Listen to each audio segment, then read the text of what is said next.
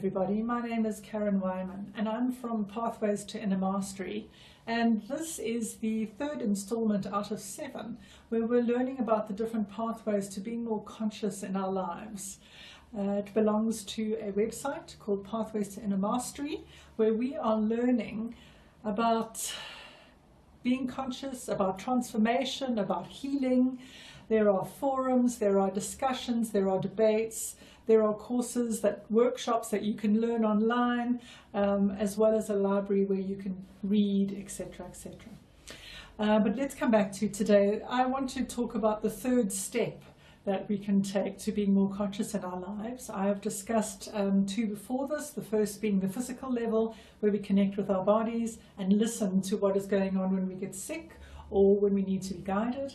The second one was about our emotional levels and stopping to notice how we're feeling and expressing that. And today I want to look at the mental level. It's a very interesting level, and as I've said before, this may be levels that I'm discussing separately, but at the end of the day I think they all work together. But I have teased it out just so we can learn more, and hopefully you'll be more inspired to start looking at how you can be more conscious in your everyday life. Of course, when we come to the mental level, it is so part of us. We don't really stop to think about what's going on with our thoughts, not only to notice what we manifest in our lives, but just to what we are simply just thinking all day long. Most of the time it is very negative and very critical, and we just let it run our lives so that we end up being a slave to our minds. So I would like to challenge you to slowing down, to being more conscious about what's going on in your thoughts, and noticing maybe for the first time, how do you think? Are you a negative thinker or are you a positive thinker? When things happen around you that don't go the way you expect them, what happens up here? What is the thinking process? What is the thought process? Do you start to tear the situation apart? Do you tear yourself apart in the process? Are there negative thoughts? The Buddhists call the mind the monkey mind. That's for a good reason, as I'm sure you'll notice, that our minds are really up to mischief all the time, distracting us, seeing things in a way which are not necessarily very positive, unless we start to slow it down and watch our words. And of course, unless someone's ever taught us, and that's something we'll talk about later. So I'd like you to, when you can remember, of course, because we're also very good at forgetting, especially when the mind knows we're going to watch it. So to set your cell phones, to set your mobile phones, to set alarms on your laptop, things in the day to remind you to just start watching. What am I thinking? What is the thoughts that are going through my head? Are they negative? Are they positive? Do they build me up or do they tear me down? Because of course this is a block to becoming more conscious. We get so caught up in being distracted with the mind that we don't always notice what is going on.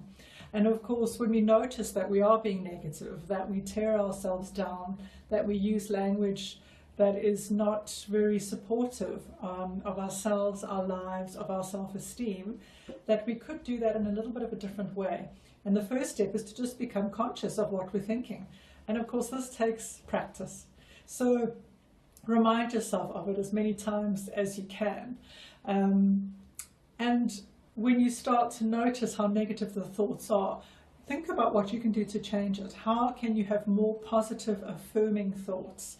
Of course, there are affirmations and there's all kinds of techniques that we can start to use to have a more positive thinking mind, but also to start slowing the mind down to observing it. And that brings me to the next section I want to discuss, which is about making the journey from the head to the heart. It's not an easy journey, but one that is incredibly rich and incredibly special. And so starting to notice how much your head is in charge. How often do you try and control the situation around you? How often do you try and make everything perfect around you?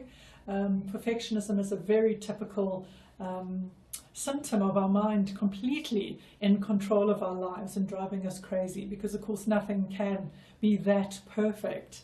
And when we can find the balance between being in the moment with our hearts and our bodies, together with the mind, we can create beautifully. But of course, first of all, we need to start watching and just noticing where we try to control everything, where we need to know every single detail.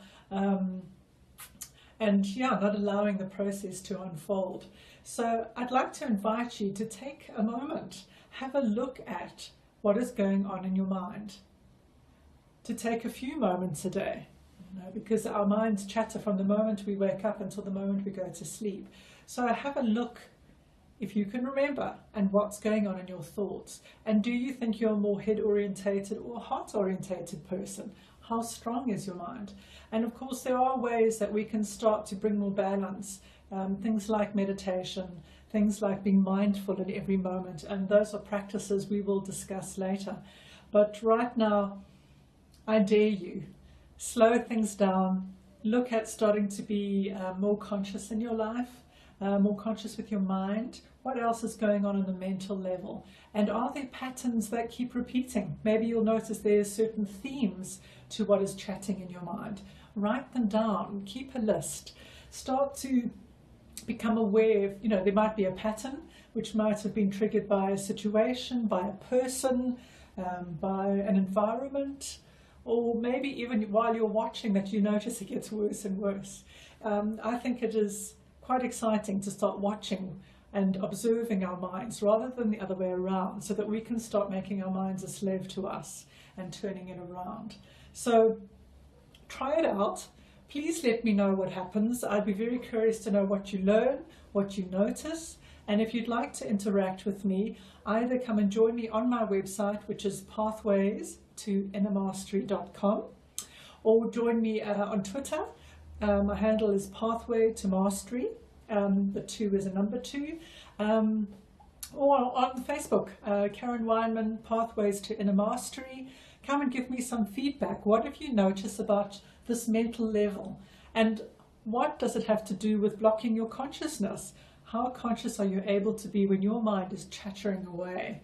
I hope that you have enjoyed this discussion and that you feel inspired. And of course, dare to be conscious. Speak to you soon. I'm Karen Weinman from Pathways to Inner Mastery. Thank you. Bye-bye.